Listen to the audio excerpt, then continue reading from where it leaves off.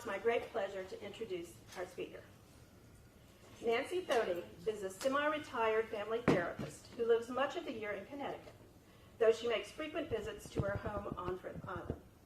In recent years, she's taken up acting, singing, and writing, but she's not doing any of, you're not doing any singing, are you? She's written and produced 3 one-woman shows, including A Southern Belle Lives to Tell. According to her post on the Ashley Hall School's alumna site, she does community and church volunteer work to try to stay out of trouble. Her latest project is a book with Harlan Green, one of South Carolina's finest archivists and writers, about her mother's life and career. Her husband of 30 years, Irv Thody, died in 2011 after a long illness. Mother of 2, stepmother of 2, she has 8 grandchildren. Please join me in welcoming Nancy and her world premiere lecture, Remembering Anne Head, Beaufort's forgotten author and mentor to Pat Conroy.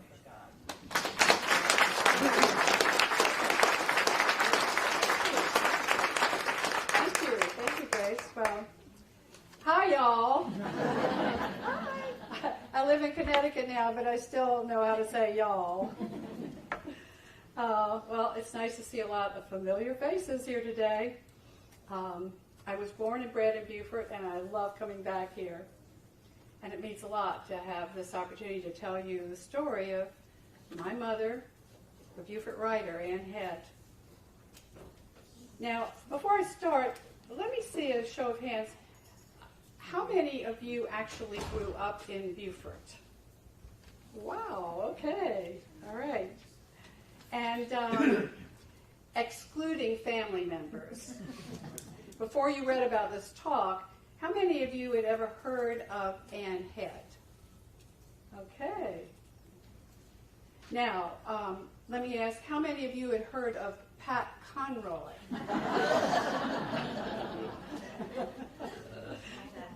Well, Anne Head was Pat's first writing teacher. She was his mentor and confidant. In Pat's autobiography entitled Cookbook, he wrote a chapter about my first novelist. He wrote, quote, "She was the first novelist I'd ever met in the flesh. She looked like a woman who would not tolerate a preposition at the end of a sentence or the anarchy of a dangling participle. She required that my adjectives actually mean something when I landed them into one of my overloaded paragraphs." And in his book, My Reading Life, Pat writes about the letters she sent to him during his freshman year at the Citadel. She also told me to remember everything I could about my plebe year at the Citadel. She said it would make a fine novel one day. But when Pat met Mama, it was as though she was from a different planet. He was a teenager at Beaufort High School, and she was a published novelist. And even though she lived in Beaufort, somehow she was not of Beaufort. Mama was not content to be your ordinary 1940s, 50s Beaufort matron. No, stay at home, know your place kind of lady. No way. She marched her own drummer. She smoked cigarettes from a Dunhill cigarette holder while reading the latest copy of the New Yorker. She gave elaborate cocktail parties. She played classical music incessantly. She wore large brimmed hats. With her pure white hair, she stood out, to put it mildly. When I was in elementary school, these things embarrassed me. Kids don't want their parents to stand out. But when I recently asked the friends I grew up with what they thought about her back then, they say things like, she was sophisticated. She listened to us as though we were adults. She had an air of self-confidence. She exposed us to the idea that there was more to life than the sleepy little town we were living in. Anne Head was the living example that more was possible. But the reality was, she really was a Beaufort. She was rooted here. Mama's grandmother, Abbie, came down to Beaufort from Massachusetts during the Civil War to teach and work with the freed slaves. And boy, was Abbie a powerhouse. My great-grandmother, Abbie, was the first to collect and publish the Uncle Remus stories. even before Joel Chandler Harris. She started the first Montessori school in South Carolina. A heritage that was taken up almost 100 years later when another of Abbie's great-granddaughters, Anne Christensen Politzer, also started a Montessori school in Beaufort. A biography of Abbie was published a few years back, Cultivating a New South, Abbie Holmes Christensen, The Politics of Race and Gender. So Mama had radical ideas in writing, right in her bloodline. Well, great-grandmother Abbie married Captain Niels Christensen in 1875. Now, Captain Niels was a newly arrived immigrant from Denmark. He could read and write, so they made him a captain in the Union Army. And he was put in charge of an African-American company. Later, he was sent to Beaufort to establish the Federal Cemetery. And if you haven't been to the Federal Cemetery, you should go. The landscaping he planted there is gorgeous. He also raised peacocks. Well, Abbie one day came to admire the peacocks, and Niels admired Abbie. And as these things go, they married and moved into a big antebellum house on the Point. It's still there, right at the end of Washington Street, down from the USCB Center for the Arts. Abbie and Niels had 6 children. The oldest was Niels Jr., my grandfather and Mama's father. He's kind of a handsome guy, huh? Now, they lived in Beaufort, but Abbie and the children were constantly back and forth between Beaufort and Boston. Abbie even took the children up to Boston to go to schools after they finished Montessori. She had 1 foot in Beaufort and 1 foot in New England, always. So Captain Christensen had married a Bostonian, and Niels Jr. followed in his footsteps. He married Catherine Wales Stratton, who, by the way, was always called Nancy. We have no idea why, but that's how I got my name. My grandmother was an upper-crust Boston Brahmin who lived on the prestigious Beacon Street and was in the Blue Book Social Register. She traced her ancestors to Benjamin Franklin and was never allowed outside unchaperoned until the age of 28. Then she was spirited down to Beaufort by her new husband, Niels, and boy, did she enjoy her freedom. She could roam the streets and rivers of Beaufort at will. They moved into a house at 310 Federal Street on the Point, just a few blocks from the Washington Street family home. Well, we've all heard stories about life in Beaufort back then, and some things about life in Beaufort never change. Maybe you've had some of the same experiences I know I did, playing and sailing in the rivers and bogging in the mud and grabbing hold of the marsh grass to pull yourself along, crabbing off of docks with a sinker and a chicken neck tied to a string. Our family likes to tell this story about Nancy and her best friend, Eulie Mae Sally. So Eulie Mae lived on the end of Pigeon Point, and Nancy and Eulie Mae would go into the Beaufort River at Nancy's house on Federal Street, encased in their inner tubes and wearing large brimmed straw hats. And they'd float on the incoming tide around the river to Pigeon Point. And then, if they timed it just right, they would float reverse direction and float all the way back to Nancy's house on the outgoing tide, chatting all the way, their voices carrying easily across the water, to the delight of those on the shore who could hear all the latest Beaufort gossip. Well, Niels and Nancy had 4 children, Niels the third, then Mama, Stratton, and Andrea. Andrea came along too late for this picture, unfortunately.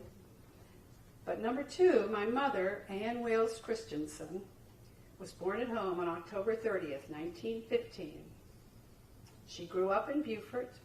Her roots were in Beaufort. But following family tradition, she was back and forth between Beaufort and Boston all through her childhood. from time to time living with the very proper grandmother Stratton on Beacon Hill and going to Boston schools. She remembered having tea with her grandmother every afternoon, sitting on a backless stool because it was good for her posture.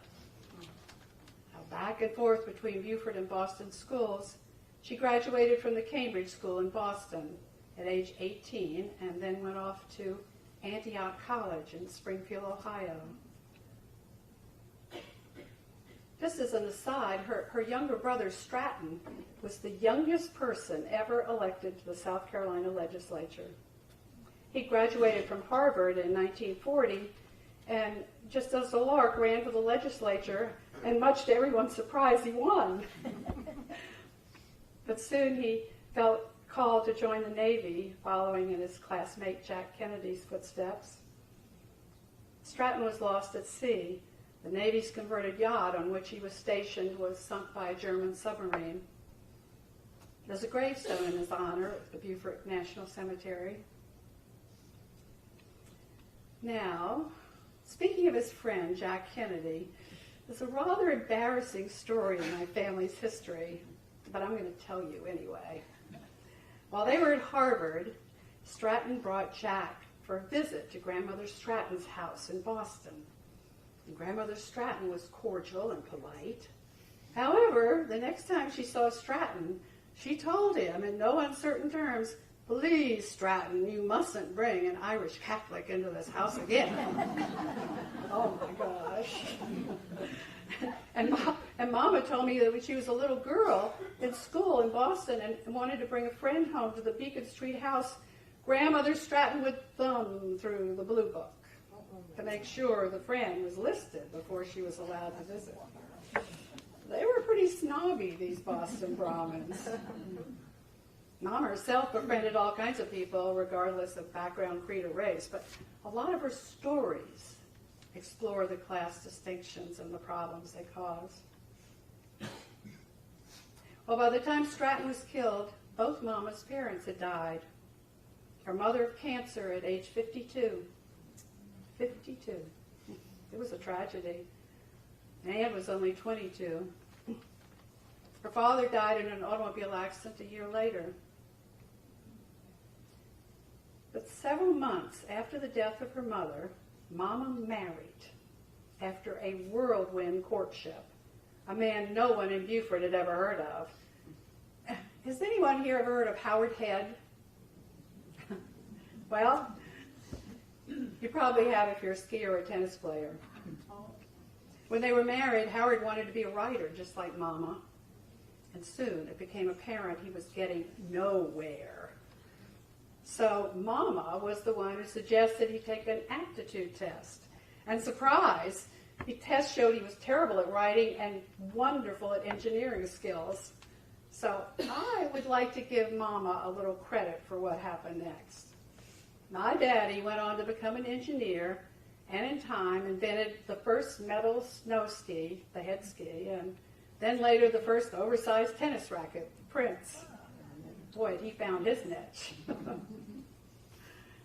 However, long before these inventions came to pass, he found he didn't want to be married to my mother. This was back in 1944, and divorce was scandalous. I mean, it had only been a few years since divorcee Wallace Simpson had upended the British Empire. South Carolina didn't even recognize divorce until 1948. But Mom and Daddy were living in Baltimore, so they got a divorce there. Mom had been writing nonstop during the 5 years she was married to Daddy.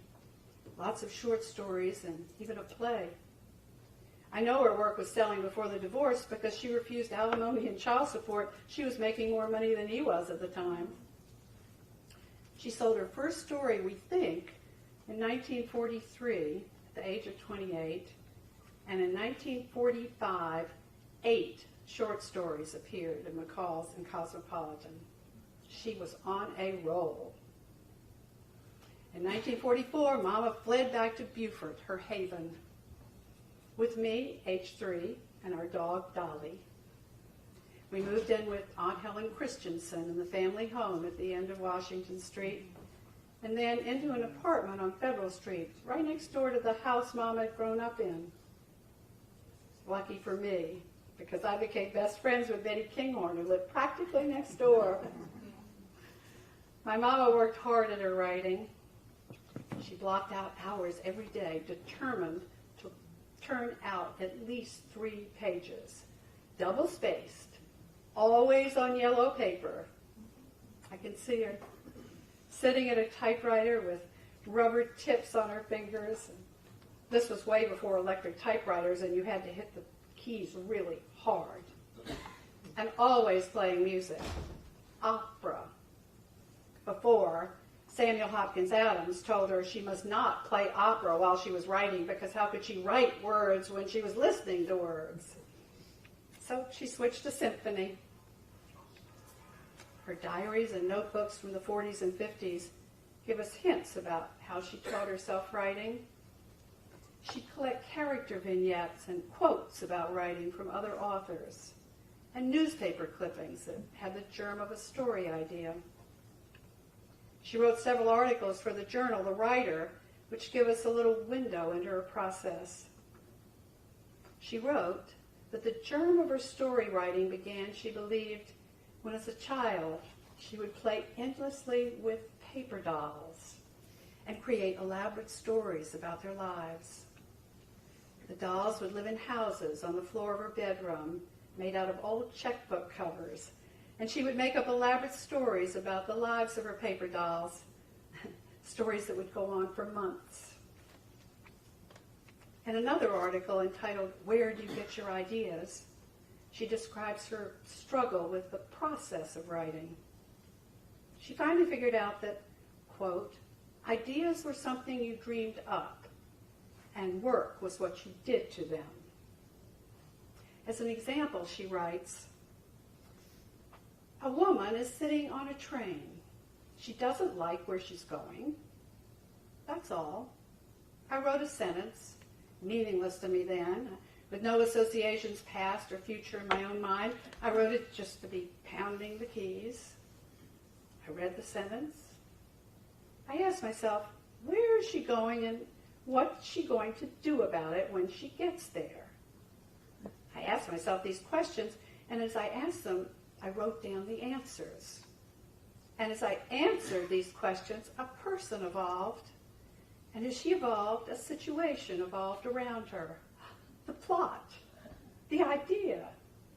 Why didn't she like where she was going? Well, because she was going to visit the parents of her husband who'd been killed overseas and she'd never met them.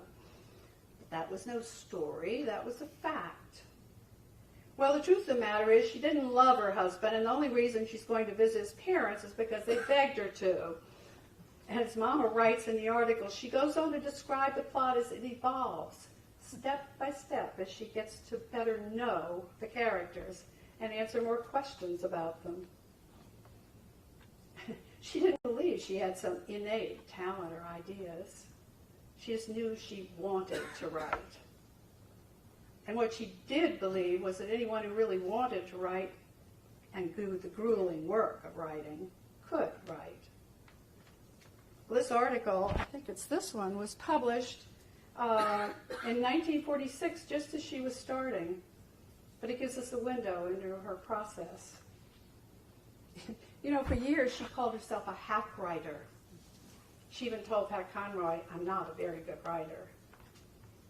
Now, a hack writer was not a bad thing. It was a writer who wrote for money. And my mama wrote for money. She had to support us, so she wrote what would sell. When I was 5 and 6 and 7, she rented a basement room down the block on Federal Street to work, no doubt to escape from me. I remember riding my bike by the house where she worked, yelling at the top of my lungs. I must have driven her crazy. That was the idea. Many years later, she rented as an office a tiny house on Church Street that had once been the kitchen for a large antebellum home. Well, she was successful. Her work was compelling. She published over 50 stories, many set in a town like Beaufort. They were published in dozens of magazines, Saturday Evening Post, McCall's, Red Book, Ladies' Home Journal, Cosmopolitan, Collier's. Remember Collier's? Women's magazine fiction back there was mostly about good girl, bad girl dynamics, or conversely, Leave It to Beaver stories. But Mama's stories poked at the edges. She wrote about divorce and snobbery and emotional affairs, sexual affairs. She wrote about prejudice, death, out-of-wedlock childbirth. She went for the nontypical heroines. Her stories were popular. She got lots of fan mail from all over the country. But you know, it was not an easy life. Mama was constantly worried about running out of money before the next story would sell. I felt like we were financial partners when I was a kid. When a story sold, we'd celebrate and eat steak and buy new clothes. And when nothing sold, I would make brownies and sell them door to door and take a cut in my 50 cents a week allowance. We'd buy shrimp off the shrimp boats for 50 cents a bucket and wear last year's clothes. One year we even had to go live with relatives. It was all kind of an adventure for me. That was in 1949, and she'd had a really bad dry spell. Nothing was selling. She ran out of money. So we moved in with her sister Andrea and her family in Beacon, New York. Mama went into New York City every day to try to find work. Her options were limited. She didn't have a college degree. She'd left Antioch when her mother was sick to help take care of her mother. Discouraged and desperate, she asked a well-off friend in Beaufort to lend her a few $1,000s. She figured that if she wrote one story a month, at least a few would sell, giving her the money to support us and repay the loan. Well, back to Beaufort we came. Mama rented a little house on the bluff on Rebo Road overlooking the Beaufort River. She loved that house. In 1950, she wrote to a friend, quote, "It's the most heavenly spot anyone could choose. Really breathtaking when the wind and tide are high on a moonlit night. Even when it rains, it's a stage-set atmosphere, Macbethian, heavy mist, hanging behind the pine trees off the edge of the bluff as though, if you took one step beyond the grass's edge, you drop off into eternity and not mind a bit." Doesn't sound like a hack writer to me. Well, her plan worked. The dry spell ended. 3 stories were published in 1950, 2 more in 51, 2 in 52, and 5 in 53. She was on a roll again. Now, I mentioned that sometimes when I was a kid, I found my mother embarrassing. But there was one way that she stood out that made me proud. For her time, and in her way, she embraced the African Americans of Beaufort. She was good friends with the Cyclops who ran Penn Center on St. Helena. They hosted Martin Luther King Jr. in the 60s when it was actually dangerous to do so. She opened her house to the girls of the all-black Mather School when there was a fire there and the girls were left homeless. One of my friends commented that not many white Beaufort housewives of the 50s would have done that. In the 1960s, she championed the desegregation of the local elementary school and made a point of sitting with the young black girl at lunch on Parents' Day to show her support. She was issued a citation by the segregated all-black Robert Smalls High School in 1962 because of outstanding service to the school. Mama's best friend was the very liberal Harriet Keisling, who was one of the first women elected to the South Carolina legislature. They would talk politics and racial issues while playing long games of Scrabble sitting on Mama's bed. Cooperative Scrabble. Do you know what that is? That's what they played. The idea was to place words for the good of the board to get the highest possible joint score. That was progressive, right? Now, if she wasn't always making ends meet, she was making a name for herself. Beaufort's only full-time living novelist. She was revered and respected, and fan mail poured in from all over the country. She got to know many of the part-time Beaufort writers, Somerset Maugham, John Marquand, Catherine and E.B. White. Samuel Hopkins Adams became her mentor. Elizabeth Boatwright Coker and Mama wrote to each other frequently about their writing lives. Mama had been so excited to be invited to a party to meet John Marquand, who had just won the Pulitzer Prize for his book, The Late George Ackley. But a week before the party, she was in an automobile accident and broke her hip, so she was confined to her bed. Well, Sam Adams arranged for John Marquand to visit Mama for afternoon tea. So she dressed in her most beguiling bed jacket and cleverly covered the bedside commode with a colorful blanket, and then asked me to bring in a chair for Mr. Marquand. Well, Mr. Marquand arrived, and after greeting Mama, proceeded to take a seat on the commode. From the expression on his face, it was clear he realized where he was sitting. They went on to have a delightful conversation, neither mentioning the obvious. And as for Somerset Maugham, I know they met, but other than that, I don't know what the connection was. I have a letter acknowledging that Mom had donated some Somerset Maugham memorabilia to the Beaufort Library, but I don't have any idea what it was, and whatever it was has disappeared. Were they letters or signed books? It's a mystery. But let me tell you, there are many mysteries in Mama's life. I keep discovering more and more about her. I think there's lots left to discover.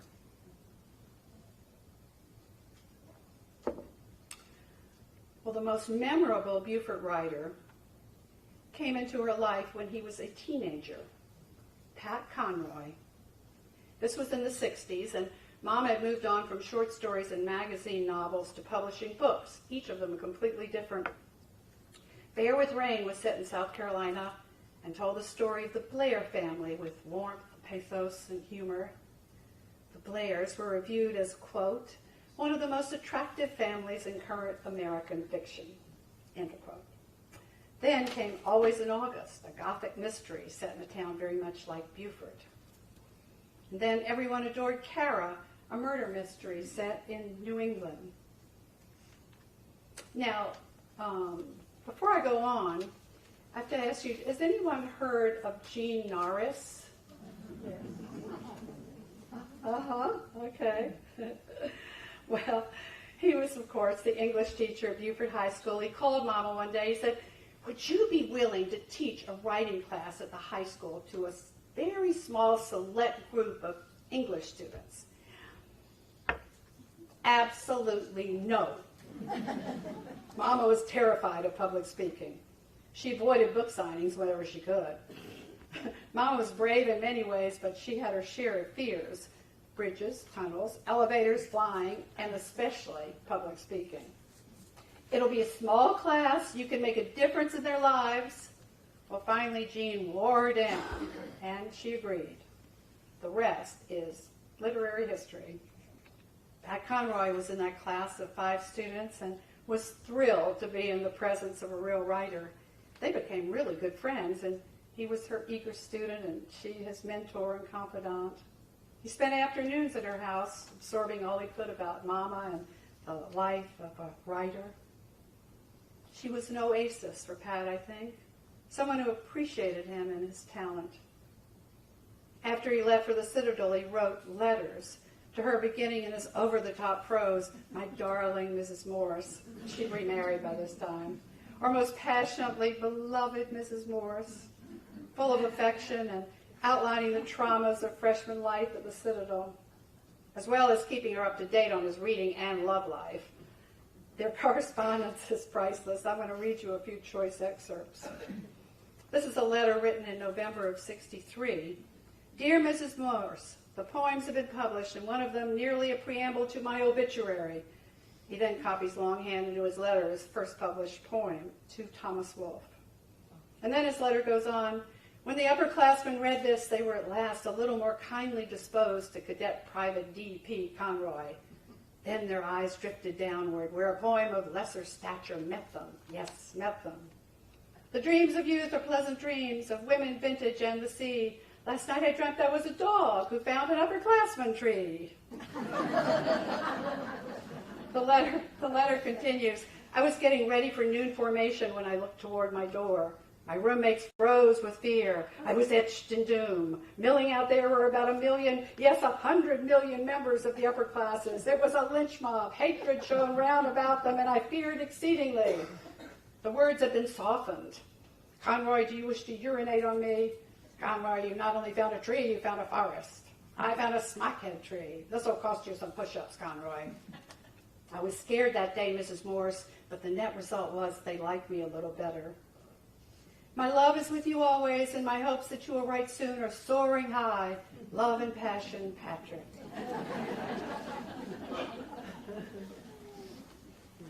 Mama responded to him, Dear Pat, how grand that you had 2 poems make the literary magazine. I'm terribly impressed. Please send copies of the poem, even if you can't wrangle the entire magazine. I'm also delighted you struck oil in your English professor. Stop feeling sorry for yourself on an educational level. Nobody nor any institution gives you an education. If you want it bad enough, you take it where you find it. And in the end, like love or religion, it's what you do with it that counts. And so endeth the first lesson. ...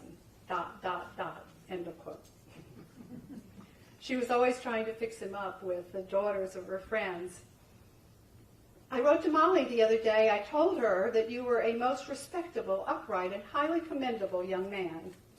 It was not my intention to damn with faint praise. That is all I told her about you. I did not tell her that you are also charming, intelligent, talented, bawdy, outspoken, agnostic, and love-starved. I felt these are things every girl's privilege to find out for herself. Or not find out, which is your privilege.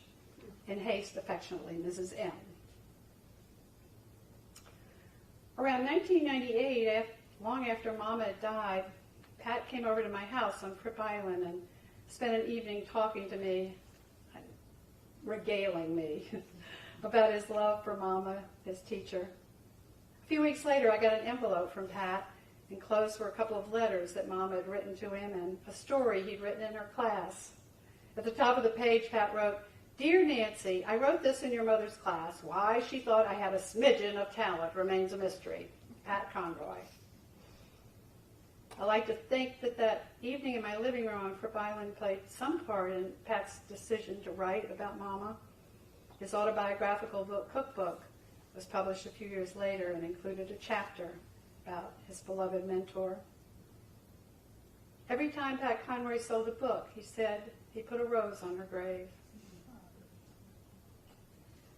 Well, if you think Pat Conroy had a shocking life, upending tradition at the Citadel and struggling through relationships until he met his adored Cassandra, there's nothing compared to the shocking life Mama led. I'll have to backtrack a little bit to explain. Remember those mysteries she wrote? Well, the mystery story I'm now going to tell you is probably Mama's most compelling work of fiction. It was never published and never publicly told until today. In July 1954, I was 12, almost 13, and Mama said, Nancy, I've been asked to come to New York for 5 months and write for television. We'll be home in time for Christmas. You'll live with your aunt and uncle in Philadelphia, and you'll spend weekends with me, okay? Stories of fiction were the stuff of life for Mama. We took the train from Yemassee and stopped off in Camp Lejeune to spend the night with friends. And this is where I heard the real story. It was hot, and the air was heavy that August night. We sat on the back steps of the house in the dark, hoping to catch a breeze and listening to the night sounds of the cicadas. Mama took a deep breath. Nancy, I'm going to have a baby. You're going to have a baby brother or sister. I said, Who's the daddy? I can't tell you that. It's a secret. And it's a secret I'm having a baby. And of course, the biggest secret was that she'd been having an affair with a married man for years. Just think, mid-1950s, small southern town, out-of-wedlock pregnancy. You get the picture? You mustn't tell anyone in Beaufort, but I promise you, once the baby's born, we'll go back to Beaufort and I will find a way to have that baby come live with us. Well, the plot devised to achieve this goal could have been one of her novels in one of the magazines of the day. She rented a house in Princeton, New Jersey. I moved in with my aunt and uncle and visited on weekends. 4 months later, my sister Stacy was born on Saturday, December 11th in 1954. Several days later, Mama brought her to Philadelphia, and along with my aunt and uncle, I met them in a hotel room. A few minutes later, a nurse dressed in a starched white uniform came into the room, as had been elaborately planned. The nurse gathered Stacy up and left.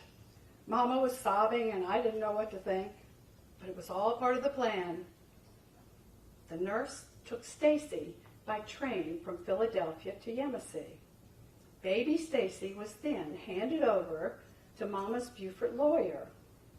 He took the baby to the Beaufort hospital and told the story that there'd been a tragic automobile accident in Yamasee.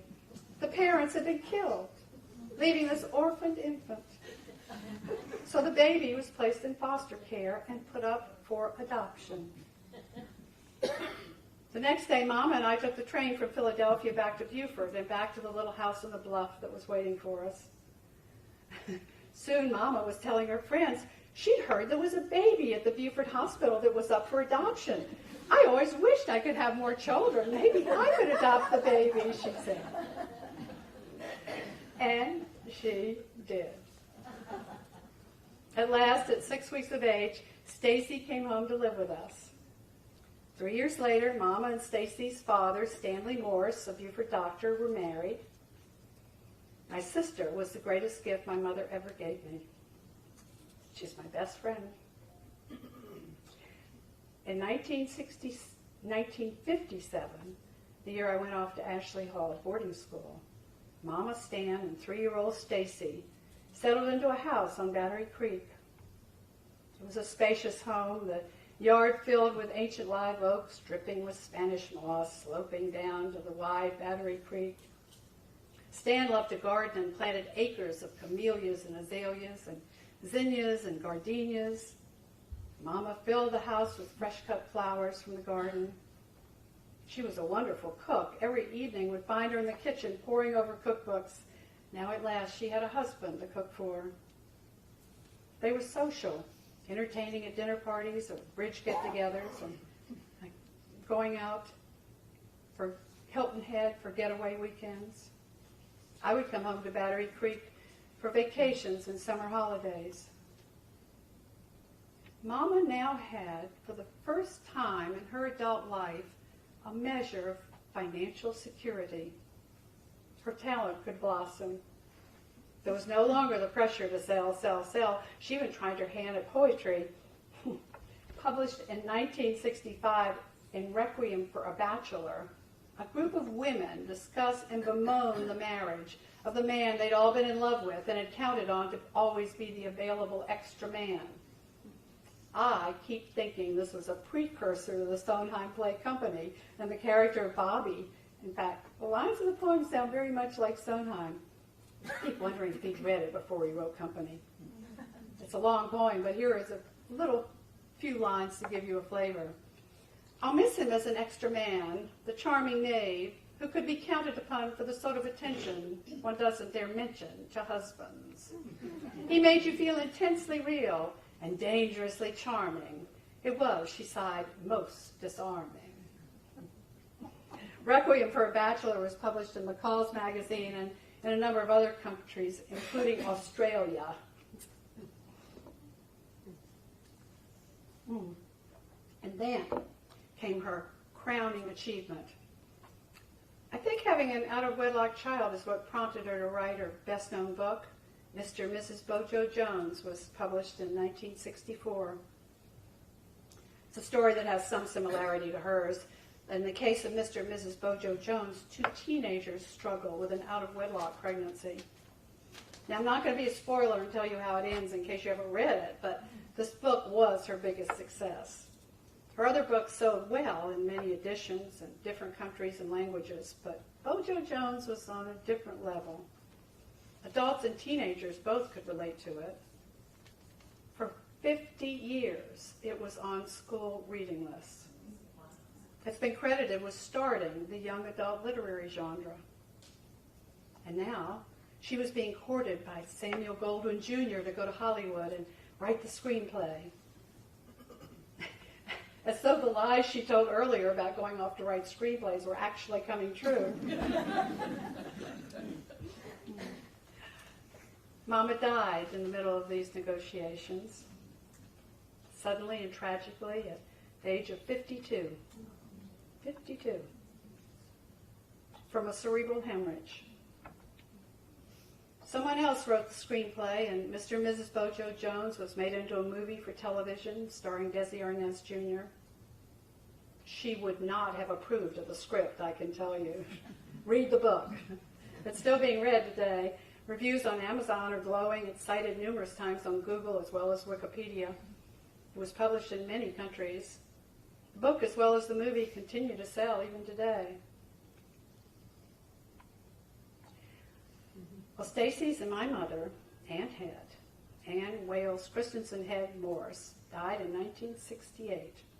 Her work lives on, but she faded from memory in her hometown of Beaufort. Well, not completely. There are those who tracked her down. There was a University of South Carolina student, Carol Wyatt, who wrote a paper about Anne Het in 1991. Carol Wyatt Yarborough is here today, I believe. There you are. Hi. Pat Lauderdale wrote a wonderful newspaper article about her in 2015, and again in his chapter in the book, Our Prince of Scribes, which he titled Pat Conroy's First Novelist and Final Homecoming. And of course, Pat Conroy wrote a chapter about her in his autobiography and cited her in other books. Harriet Keisling wrote of their special friendship in her book Against the Tide, and Larry Rowland mentions her in his History of Beaufort. Recently, a book group that focuses on short stories read one of Anne Het's stories and commented on how relevant the story was to relationships today. And I have tons and tons of her fan mail. So perhaps her legacy hasn't died after all. Now, about a year ago, I got a mysterious letter that had gone through several different addresses before it found me. It said, "Dear Mrs. Thody, as an archivist, novelist, and literary historian, I just wanted you to know how much I admire your mother's work." The letter goes on to inquire whether there existed papers documenting her work. Well, I had bins and bins of her letters and manuscripts and published stories in my storeroom in Connecticut. Stacy rescued them after the death of her father and stepmother. We hadn't had a clue what to do with them. So I met with the writer of the letter, Harlan Green, the archivist at the College of Charleston and well-known lecturer and author himself. After he heard more of Mama's story, he said, "You really should write her biography." Wow. And then I met Jonathan Haupt at Pat Conroy Literary Center, and he encouraged me to write her story too. So here we are, step one. And step two, I'm happy to say I'm in conversation with the Beaufort High School about creating the Anne Het Literary Prize for student fiction. I hope to be able to formally announce this prize later this year. Now, a few months ago, I drove around Beaufort taking the pictures you saw today of all the houses that Mom had lived in Beaufort. My last stop was the house on Battery Creek where she was living when she died. The current owner could not have been more gracious and inviting me in and even letting me pick some of Stan Morse's blooming camellias from the garden. The next day he called me. He said, "I wanted to check to make sure we still had these things before I said anything to you, but few years ago, I went up in the attic and I found a bunch of your mother's papers and magazines and manuscripts. I gave some to my mother and my sister has some. Do you want them? Did I want them? Whoa, I was thrilled. Within a week, I was looking through family letters and letters from Mama's literary agents and magazines where there published stories that we didn't even know existed. It was a family treasure. So right now, I would like to recognize and thank Ellen and Susan Collins and their mother for their donation to the papers of Ann Head. They're here today. Would you please stand up wherever you are?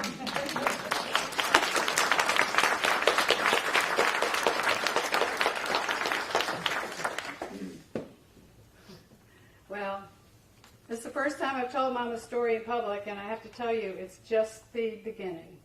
There's so much more to write about. Harlan Green and I plan to write and publish a biography of Ann Head and include some of her stories. In the meantime, if you're curious, her stories and books are available at the Beaufort Library archives.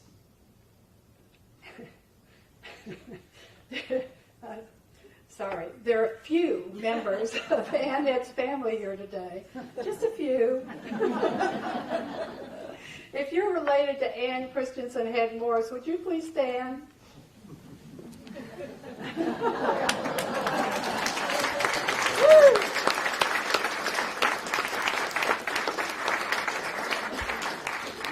I tell you, the lengths you have to go to get a family reunion. Well, I want to thank you for this opportunity, and especially thank you to Grace Cordial and the Beaufort Library and Jonathan Howe and the Pat Conroy Literary Center for sponsoring this talk today. And I thank you for listening. Is there anyone who has any memories of Ann Head you'd like to share, or any questions you have for a few minutes that we have left? I will take just a moment. My name is Kim Welber, and I taught at Easley High School for many years. The first novel I taught was Mr. and Mrs. Bojo Jones. Thank you. Thank your mother. My students, it was still, when I finished my 39-year career, it was still a great favorite. Powerful story. Peter. I remember I'm the fifth of five boys. Stand up. And Ann's Head's nephew. My mother was her sister. And I'm the fifth of five boys. And of course, I was pretty much ignored in my family. I kept getting one. And visiting Ann Head was kind of scary to me. Yeah.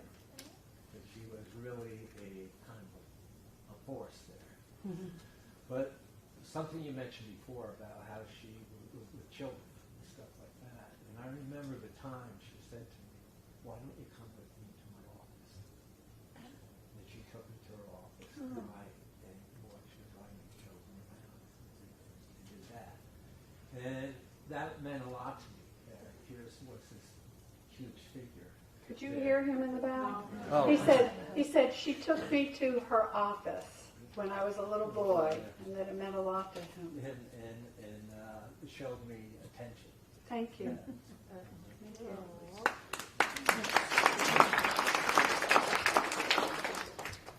Anybody else? Any questions? Well, thank you all for coming and listening and hearing more about Ann Head, and I think there'll be more to come in the future. Thank you.